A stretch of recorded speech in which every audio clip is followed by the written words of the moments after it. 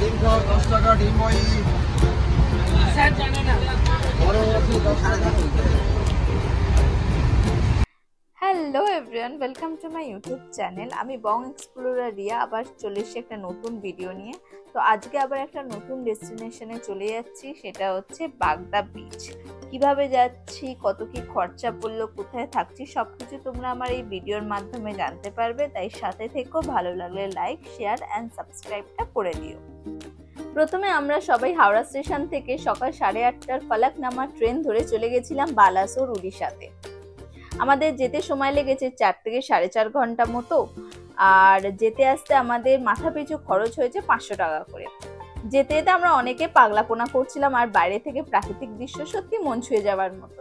তারপর দুপুরবেলা নামলাম যখন বালাসোর স্টেশনে, গিয়ে দেখলাম কোনো গাড়ি নেই, আমাদের ওখান থেকে গাড়ি বুক করতে হতো।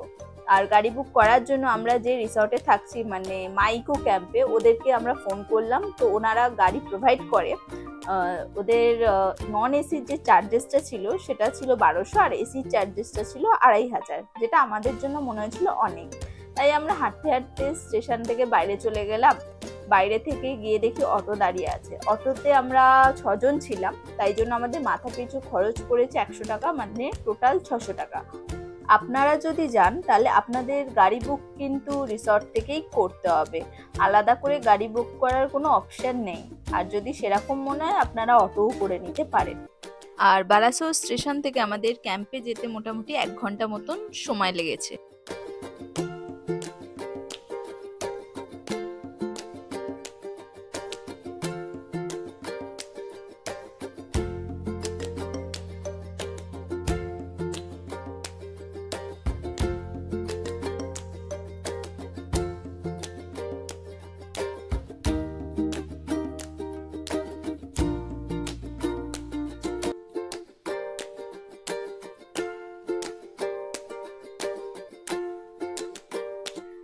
উফ, ফাইনালি এই গরমে অনেক ট্রাভেল করার পর আমরা শেষ পর্যন্ত পৌঁছলাম আমাদের রিসর্ট মাইকো ক্যাম্পে। ক্যাম্পটা অনেক বড় আর সুন্দর ছিল, চারদিকে গাছে গাছ, আর একটু এগোলেই সমুদ্র। আসতে এনাদের স্পেশাল ওয়েলকাম ড্রিঙ্ক দিয়ে এনারা আমাদের ওয়েলকাম জানালো। উফ, এই গরম থেকে আসার পর ডাবের জলটা খেয়ে বেশ ভালোই লাগছিল। সেই দিন যেহেতু গণেশ পুজো ছিল, তাই এনাদের মানে ক্যাম্পে হচ্ছিল গণেশ পুজো। একটু গণেশ পুজো দেখার পর আমরা চলে গেলাম আমাদের রুমের দিকে।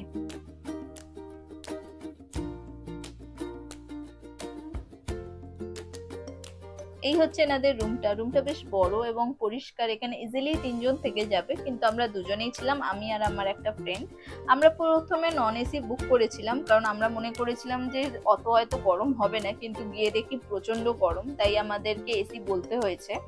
প্রত্যেকটা রুমেই এনাদের এসি থাকে, জাস্ট বললে এনারা চালু করে দেয়, আর এক্সট্রা চার্জেস তো দিতেই হবে। আর এই হচ্ছে বাথরুমটা ছোট তুলনামূলকভাবে, কিন্তু পরিষ্কার। আমাদের এই রুমটার কস্ট পড়েছে 2000 টাকা পার হেড, খাওয়া দাওয়া ইনক্লুডেড। আপনারা যদি নন এসি নেন তাহলে পড়বে 1800 টাকা, 4 টাইমস খাওয়া দাওয়া ইনক্লুডেড।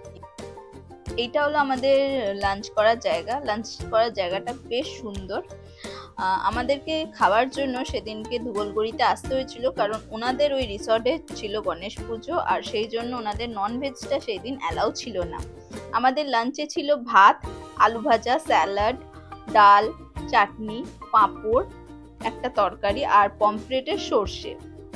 আমি নিজের জন্য আলাদা করে অর্ডার করেছিলাম একটা চিংড়ি, আর আমার ফ্রেন্ডরা অর্ডার করেছিল কাঁকড়া, যেটার জন্য আমাদেরকে এক্সট্রা 220 টাকা করে পে করতে হয়েছিল। আপনারা যাই খেতে চাইবেন সেটার জন্য ওনাদের আগে থেকে জানাতে হবে, আর এক্সট্রা পে করলেই হবে। খাওয়া দাওয়া করার পর আমরা আবার এসেছিলাম বাগদা বিচে, মানে আমাদের ইকো ক্যাম্পে এসেছিলাম ফেরত আগের রিসর্টে। তো ভাবলাম একবার বাগদা বিচটা ঘুরেই যাই। এই যে এইখানের মধ্যে দিয়ে আমরা সোজা চলে যাচ্ছি বাগদা বিচের দিকে। আর বিচে যাওয়ার সময় আমাদেরকে এই ঝাউবনটা ক্রস করেই যেতে হয়েছিল, যেটা একটা অপূর্ব অনুভূতি দিয়েছে, যেটা আমি অন্য কোনো জায়গায় আর পাইনি। তো চলো ভিডিওটা দেখতে থাকো।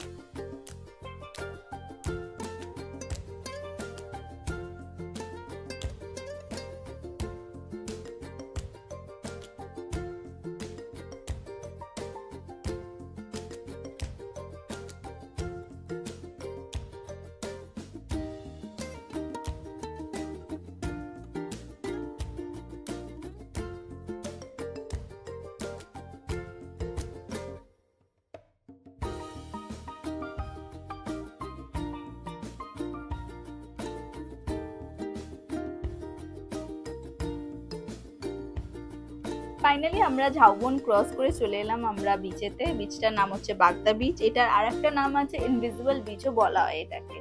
এই বিচটা কিন্তু পুরী, মন্দারমণি বা দীঘার থেকে অনেকটাই আলাদা আর পরিষ্কারও। আমরা ফাইনালি বিচে কিছুক্ষণ থাকার পর ডিসাইড করলাম যে আমরা ধুবলগড়িতেই থেকে যাব। সেই জন্য আমরা সমস্ত ব্যাগপত্র নিয়ে চলে এলাম ধুবলগড়িতে থাকার জন্য। তো চলো তোমাদেরকে এই রিসর্টটাই ঘুরে দেখাই।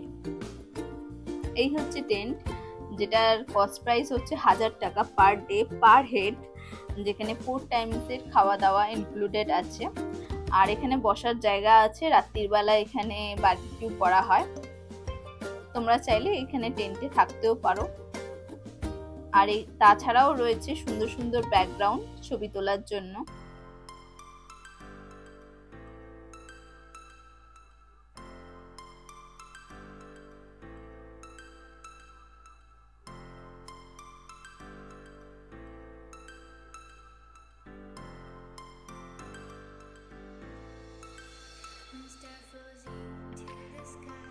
বাই দ্য ওয়ে এখানে পার্কিং এর জায়গা করা আছে, কেউ যদি গাড়ি নিয়ে যাও তাহলে কোনো প্রবলেম হবে না, ইজিলি পার্কিং করতে পারবে। এটা হচ্ছে সুইট টেন্ট, আমরা যেখানে ছিলাম। টেন্টটা খুবই বড় আর পরিষ্কারও। আর এটা হচ্ছে বাথরুম, যেটা মিডিয়াম সাইজের আর পরিষ্কার। এই যে আমাদের ইভিনিং স্ন্যাক্স চলে এসছে, টি অ্যান্ড পাকোড়া।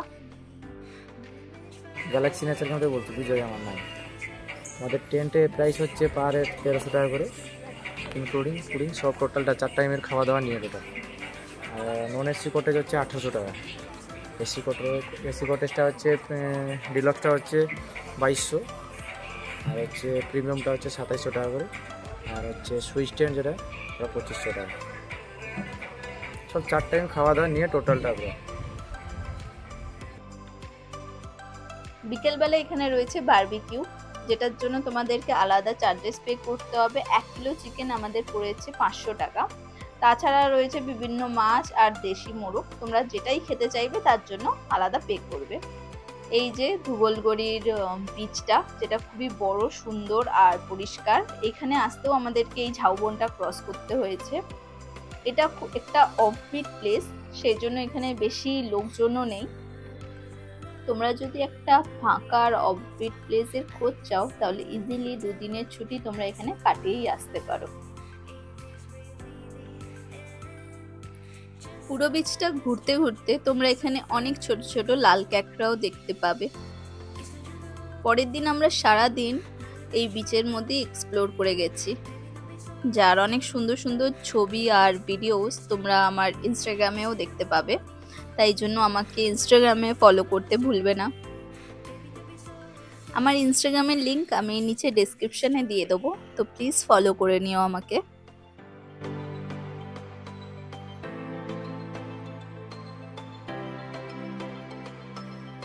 পুরো বিচটা এক্সপ্লোর করার পর আমরা চলে গেছিলাম আমাদের নেক্সট অ্যাক্টিভিটি বোট রাইডিং এর জন্য, যেটার জন্য আমাদেরকে এই ফিশ মার্কেটে যেতে হয়েছিল। আর বোট রাইডিং তোমরা তোমাদের ক্যাম্প থেকেই বুক করতে পারো, যেটা পার হেড খরচা পড়েছিল 400 টাকা।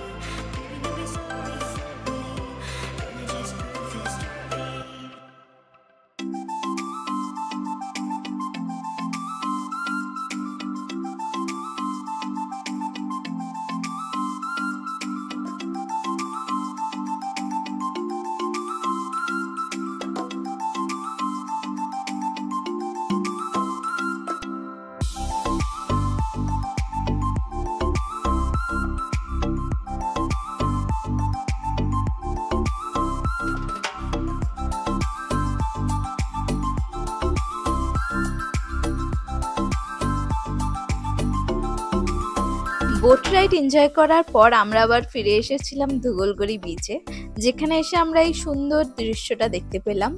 আশা করছি তোমাদের এই ভিডিওটা ভালো লেগেছে। ভিডিওটা ভালো লাগলে লাইক, শেয়ার অ্যান্ড সাবস্ক্রাইব করে দিও। তোমাদের সঙ্গে আবার দেখা হবে নেক্সট ব্লগে। টাটা, ততদিন ভালো থেকো।